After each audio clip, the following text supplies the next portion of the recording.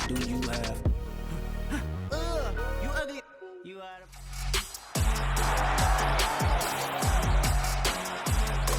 It's week 4 of the National Football League, and this one features Eric Kendricks, who had a strong showing last week with an 8-tackle game. It's the Vikings and the Browns coming up next.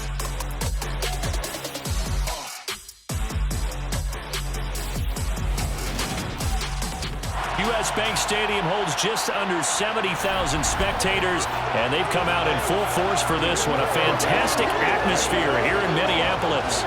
Today, it's week 4, and we've got what should be a great one here between the Cleveland Browns and the Minnesota Vikings.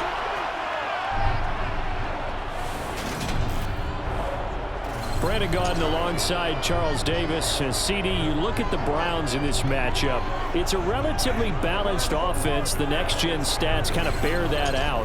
What do you think they'll be looking to do in this one? I think it'll be exactly what you just talked about. They'll want to be balanced on offense, which means to them, they'll want everyone involved. See if they can get some one-on-ones in the passing game. Maybe identify some situations where they can swing the ball to the backs in space. Even find some spots where they just want to play some old-fashioned power football. As one of the most successful coaches in the league told us once, the definition of balanced offense, that means you can do what you want when you want to, not necessarily just running it 50% of the time and throwing it the same percentage.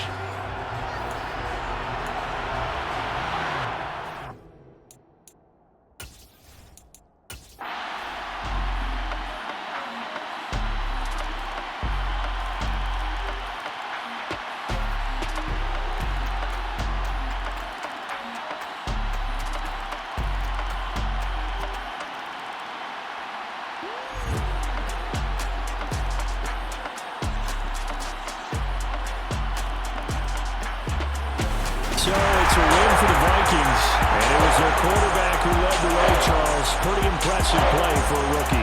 Yeah, I thought this defense just didn't have an answer for him all game long. They tried to change things up, but he was always one step ahead. And he finished with over 300 yards passing and 2 touchdown passes as well. So for the Vikings, it'll be a 500 start as the win gets them back to 2-2. And they'll hit the road next week to take on the Chicago Bears. Meanwhile, for Cleveland, they also will exit this one at 2-2. And they'll be back home next week as they're set to take on the Cincinnati Bengals.